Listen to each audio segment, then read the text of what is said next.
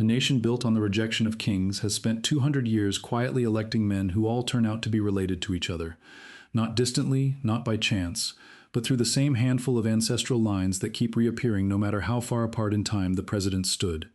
George Washington and Barack Obama, Franklin Roosevelt and George W. Bush, James Madison and Gerald Ford trace their family trees far enough back and the branches keep meeting at the same points, long before any of them were born, long before the United States existed at all. Genealogists who have spent decades mapping these lines, most notably the researcher William Adams Reitwiesner, whose charts became a standard reference used by newsrooms and historians alike, have found that a striking share of American presidents descend from the same small set of European and colonial families. 45 men have held the office. Far more of them than most people realize carry the same bloodline. If you're enjoying this story so far, don't forget to hit the like button and subscribe. Drop a comment telling me where in the world you're watching from. I love hearing from you. No campaign has ever run on this fact. No history teacher has ever drawn it on a whiteboard. It survives instead in parish registers from Yorkshire, in land patents from the Virginia Tidewater, in the kind of slow archival work that only starts paying off once 4 or 5 generations have piled up behind it. What the records describe is not a secret royal court operating behind the Oval Office. It is something quieter and, in its own way, stranger. A country that swore off inherited power kept handing that power, term after term, to men who had inherited exactly the network the revolution was supposed to dissolve. The thread starts almost 300 years before Jamestown, with a marriage nobody in the Virginia colonies would live to hear about. In 1503, a 14-year-old English princess named Margaret Tudor left London in a procession of wagons loaded with linen, plate, and household servants, and rode north to marry a king she had never once set eyes on. James IV of Scotland was nearly 30 by then, a soldier and a patron of poets who kept one of the more cultured courts in Europe. Margaret was the daughter of Henry VII, the king who had closed out the Wars of the Roses, and the older sister of the boy who would grow into Henry VIII. The wedding was arranged to end centuries of border war between two kingdoms that had spent generations burning each other's villages, and like most royal marriages of that century, it had almost nothing to do with affection. It had everything to do with which grandchildren would eventually sit on which throne.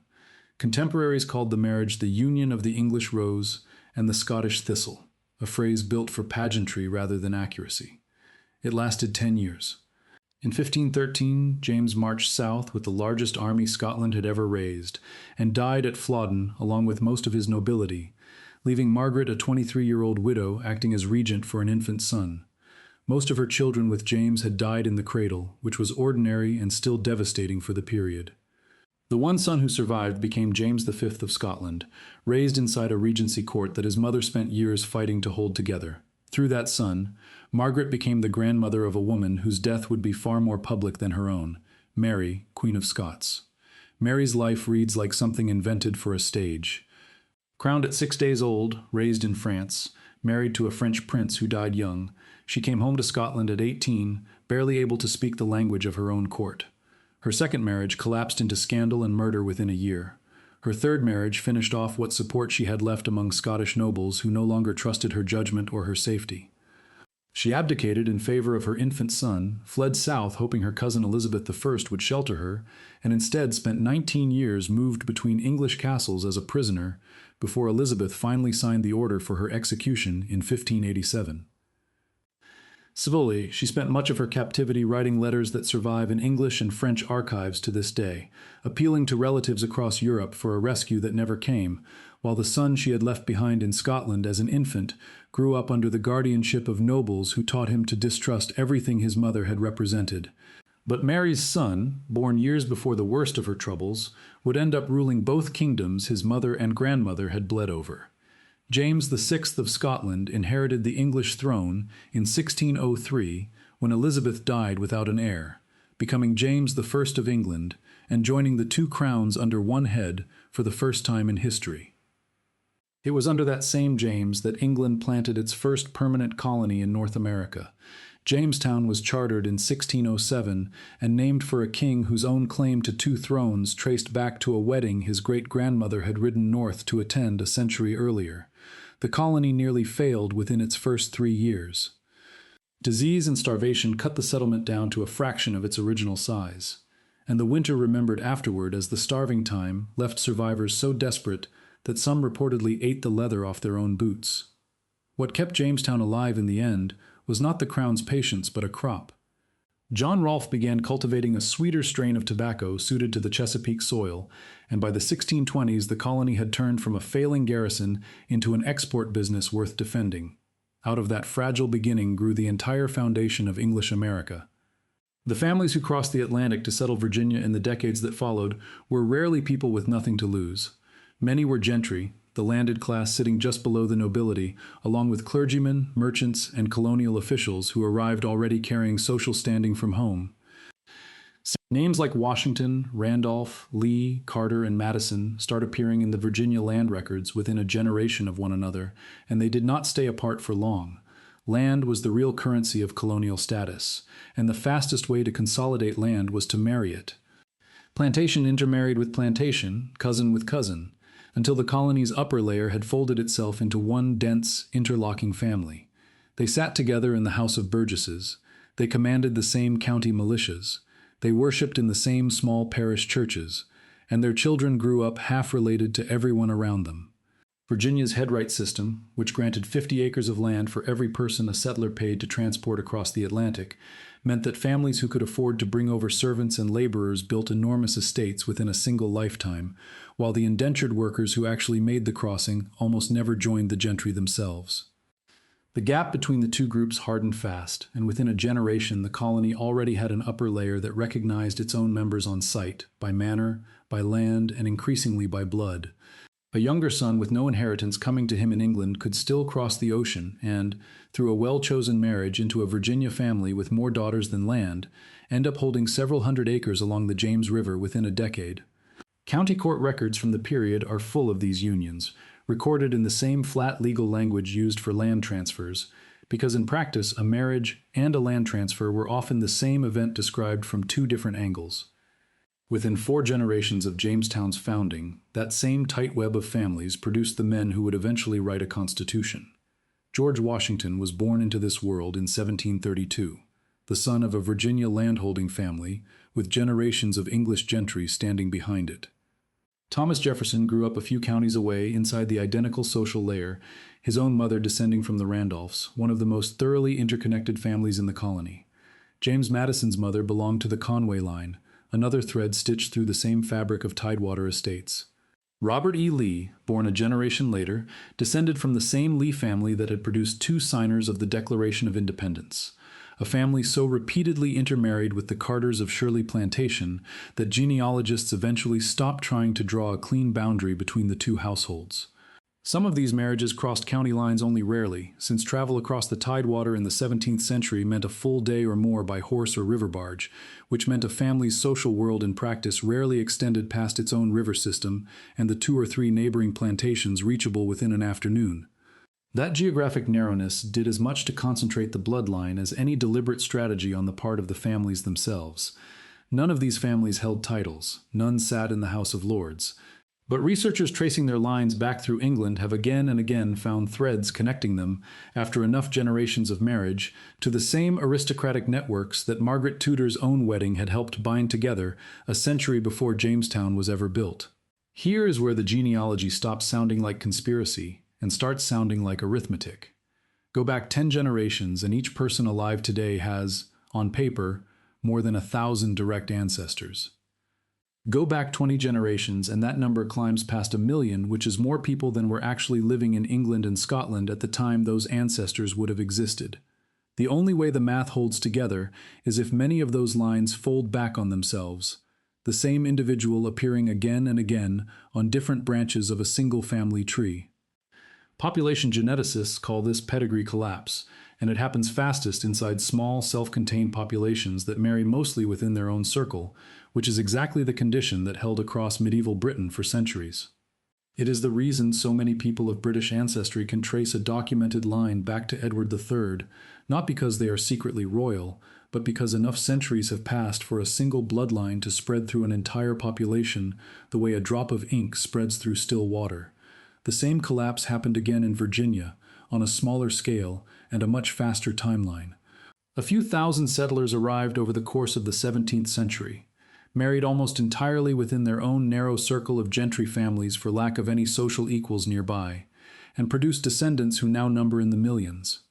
William Adams Reitwiesner spent much of his career working from primary records rather than family legend, wills, parish registers, land deeds.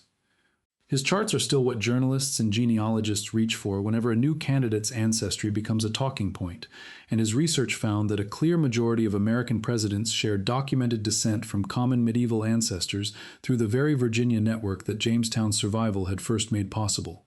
Not every presidential line runs through Virginia, and the exceptions matter because they show this is not one dynasty but several overlapping ones.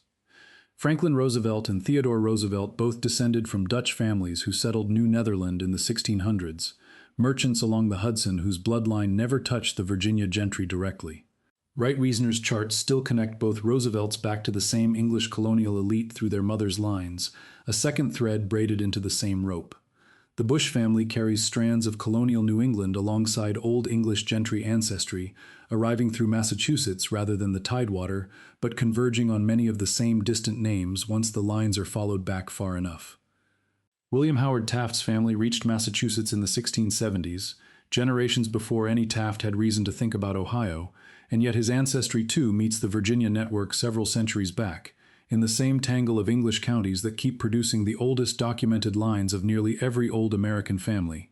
Expanded and cross-checked by later researchers, Reitwiesner's work eventually connected more than 40 of the 45 men who have held the presidency to at least one shared ancestor from before the year 1700, a figure that says less about any single family's importance than about how narrow the founding population of colonial America actually was. The pattern shows up just as clearly among the men who never made it to the presidency but came close. Vice presidents, failed nominees, and one-term also-rans from the 18th and 19th centuries turn up on the same charts almost as often as the men who won, because they were drawn from the identical pool of Tidewater and New England families competing for the same offices generation after generation. A losing candidate in an early 19th century election was frequently a cousin, by marriage if not by blood, of the man who beat him. Local newspapers of the period rarely commented on it, not because the connections were hidden, but because everyone already knew. A county with 3 or 4 dominant families producing its judges, its militia colonels, and its assemblymen was simply how colonial and early Republican politics worked, and nobody at the time thought to write it down as remarkable. If you're hooked on this story, make sure to subscribe and turn on notifications so you never miss an upload. Your support means everything and helps me bring you more emotional stories like this one. The presidency did not stay locked inside that colonial network forever, and the exceptions are worth taking seriously on their own terms. Andrew Jackson was born in the Waxhaws, a rough settlement straddling the border of the Carolinas, to Irish immigrant parents who arrived with almost nothing. His father died before Jackson was born, and by 14 he had lost his mother and 2 brothers to the Revolutionary War, carrying a British officer's sword scar for the rest of his life after refusing, as a teenage prisoner, to polish the man's boots. Nothing in that childhood resembled a Virginia plantation, and Jackson never let anyone forget it, campaigning as a frontier outsider standing against what he called the aristocracy of the Eastern establishment. That message won him the presidency twice, and reshaped the office around the idea that it belonged to ordinary men rather than old families. Jackson carried the grudge into the White House itself, stocking his cabinet and his circle of advisors with self-made men from outside the old Eastern families whenever he had the choice, and treating the capital's established political class with a suspicion that bordered on contempt. His supporters called it Jacksonian democracy. His critics, many of them descended from exactly the families he distrusted, called it something closer to mob rule dressed up in a general's uniform. Abraham Lincoln's origins were, if anything, further still from the colonial elite. Born in a one-room log cabin in Kentucky to a farmer who could barely write his own name, Lincoln split rails as a boy and borrowed what books he could find, later estimating that his entire formal education added up to less than a year. Harry Truman grew up on a working Missouri farm, tried running a men's clothing store in Kansas City in his 30s, watched it fail in the recession of 1921, and spent years afterward paying off the debt by hand rather than declaring bankruptcy, a decision that later became part of his political identity. Ronald Reagan's father sold shoes and struggled with drinking in small-town Illinois, moving the family from rental to rental through the 1910s and 20s, and Reagan built an entirely separate identity for himself, first in radio, then in Hollywood, long before politics ever entered the picture. Truman kept a sign on his desk decades later that summed up the same outsider instinct Jackson had campaigned on, a plain refusal to pretend the office made him something other than a farmer's son who happened to end up in Washington. Reagan, for his part, rarely spoke about ancestry at all during his political career, preferring instead to talk about the values his parents had passed down rather than any family tree behind them, which was itself a kind of quiet break from the way earlier presidents had leaned on their lineage as a credential.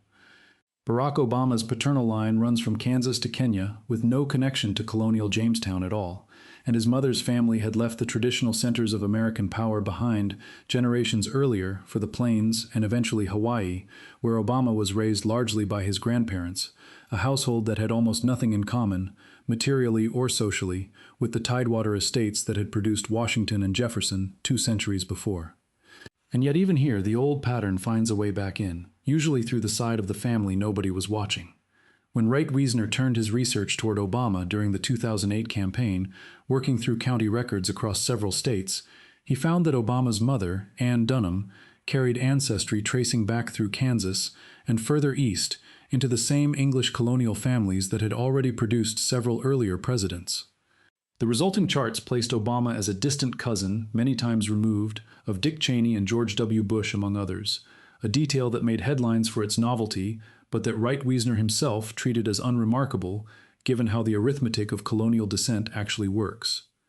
Lincoln's ancestry, once researchers went looking decades after his death, connected faintly back to early New England settlers who shared common medieval ancestors with the Virginia line, even though the Lincoln family itself had drifted into rural poverty long before Abraham was born. Truman's people trace more thinly, but still traceably, into the same colonial migration patterns, diluted across generations of farming families who never held office or owned more than a modest plot of land. Even Jackson, the president who rejected the idea of an American aristocracy loudest, turns out on closer inspection to share a distant common ancestor with several Virginia line presidents, through his mother's side, a fact that would likely have irritated him considerably. His mother Elizabeth's own ancestors had left Ulster only 2 generations before Jackson's birth, but Ulster itself had been resettled centuries earlier by lowland Scottish and English families who carried the same tangled medieval lines as everyone else on the island of Britain, which meant that even a family fleeing poverty in the north of Ireland could not fully outrun the reach of that older aristocratic network. The connection was thinner than the one running through Washington or Madison, stretched across more generations and more geography, but it was there in the record all the same, buried under 3 centuries of poverty, migration, and a family story that had nothing to do with Tidewater plantations. Reagan's own ancestry runs mostly through Irish Catholic and English lines that arrived comparatively late, in the 18th and 19th centuries rather than the 17th, and researchers have found less overlap with the earliest colonial gentry in his case than in almost any other modern president. He remains one of the closest things the office has produced to a genuine outsider, a man whose family history really did begin somewhere other than the Tidewater counties of Virginia or the merchant houses of Boston. His paternal grandfather emigrated from County Tipperary in the 1860s, well after the great colonial migrations had already run their course, and long after the Virginia and New England networks had finished consolidating themselves into the political establishment Reagan would spend his career campaigning against. There was always a second network running parallel to the Virginia gentry, and it deserves its own mention. New England had its own merchant elite, families like the Adamses and the Winthrops, who dominated Massachusetts politics the way the Randolphs and the Carters dominated Virginia's. John Adams and his son John Quincy Adams both descended from this Puritan merchant class, a lineage almost entirely separate from the Tidewater gentry that produced Washington and Jefferson, and yet genealogists have found the 2 networks converge repeatedly, once traced back into medieval England, the same handful of gentry names surfacing independently in both trees. Calvin Coolidge's Vermont farming ancestry looks, on the surface, nothing like a colonial dynasty. Follow it back far enough, and it still touches the same overlapping pool of early English settlers that nearly every family with sufficiently old American roots eventually touches, given enough generations to work with. John Adams was acutely aware of how tangled these New England lines had already become in his own lifetime. writing at length in his diaries about cousins scattered across Massachusetts politics. His son grew up understanding, in a way few later presidents did, that he belonged to a family the rest of the colony already considered part of its ruling class, before he had done anything to earn that standing himself. The Adams and Winthrop lines intermarried more than once across the 17th and 18th centuries, consolidating Puritan Massachusetts' political power into roughly the same small number of households that the Randolphs and the Carters had already consolidated in Virginia, two regional aristocracies growing up in parallel, each largely unaware of how closely their oldest ancestors were actually related back in England. Later New England presidents fit the same pattern without ever advertising it. Calvin Coolidge's own vice president, Charles Dawes, descended from a Massachusetts line that had crossed paths with the Adams family more than once over 2 centuries, and neither man made much of the connection publicly, because by their era it had simply become part of the background texture of who governed New England, rather than a fact worth remarking on. What modern genetic testing adds to this picture is confirmation rather than discovery. Autosomal DNA results cannot identify a specific president in a family tree, and no serious genealogist claims otherwise, but they can, and do confirm the broader migration patterns that the paper records already describe. A present-day descendant of the Virginia gentry line typically carries a detectable concentration of ancestry tracing to a narrow band of English counties, the same counties that keep surfacing again and again in the land deeds and parish registers of the 17th century settlers. The DNA does not name names. It simply agrees, in its own quiet statistical way, with what the documents have said all along. Genealogical societies that once relied entirely on volunteers combing through courthouse basements now cross-reference those same volunteer findings against genetic databases containing millions of anonymized samples, and the two methods keep landing on the same families, the same counties, the same narrow set of 17th century ships crossing from Bristol and Plymouth into the Chesapeake. Where the paper trail runs cold, usually because a courthouse burned or a parish register was lost to damp and neglect, the genetic data can still show that a family belongs to the right regional cluster even without naming a single ancestor by name. What this leaves behind is not a hidden dynasty, and never was one. Nobody standing in the mud of Jamestown in 1607 was planning 2 centuries ahead for a president named Washington. Margaret Tudor was not thinking about a colony in Virginia when she rode north in 1503 to marry a king she had never met. The connection is not a design. It is the residue of time, of small populations marrying largely within themselves for generation after generation, of a colonial gentry that intermarried so thoroughly it became one extended family in everything but name, and of an arithmetic of ancestry that makes shared descent almost unavoidable once enough centuries and enough millions of descendants have passed through the line. The paradox sits at the center of the whole story. A country founded specifically to escape inherited power ended up led, again and again, by the inheritors of exactly the social networks it claimed to reject at Bunker Hill and at Yorktown. And it also transformed those networks completely because within a single lifetime, the presidency had room for both a Virginia planter's son and a Kentucky rail splitter raised on a dirt floor. Birth stopped being a requirement for leadership somewhere along the way, even if it never fully stopped being a pattern underneath it. A cabin in Kentucky and a manor house on the James River turn out, if the threads are followed back far enough, to be branches of the same very old and very tangled tree, planted long before either family had heard of America. The country grew up around that tree unevenly, sometimes rejecting it outright, sometimes replanting from it without realizing what it was doing, and it kept producing leaders from both directions at once, the well-connected and the self-made, often within the very same family line a few generations apart. 45 men, one office, and underneath most of them, whether they ever knew it or not, the same quiet and thoroughly unglamorous work of genealogy that a 14-year-old girl on horseback set in motion in 1503 without any idea of what she was starting. None of this required anyone to plan it. Margaret Tudor could not have foreseen Jamestown, and the men who chartered Jamestown could not have foreseen a constitutional convention 2 centuries later, let alone a president born in a Kentucky cabin or a senator's son from Hawaii. Each generation simply married within the world available to it, built what status it could out of land and office and reputation, and passed the resulting network down to children who did the same thing without ever stepping back to see the shape it was taking. Only from a distance of centuries, with the parish registers and the land deeds and now the genetic data all laid side by side, does the pattern resolve into something a person can actually trace with a finger across a chart. That distance is exactly what makes the story worth telling now, rather than at any earlier point in American history. Wright Wiesner did his research decades before consumer DNA testing existed, working entirely from paper, and what the genetic evidence has since done is not overturn his conclusions, but quietly confirm them, one autosomal match at a time. The presidency, an office built explicitly to reject the idea of inherited rule, turns out to be one of the best documented case studies anywhere in the world for how thoroughly inheritance actually works when nobody is trying to enforce it.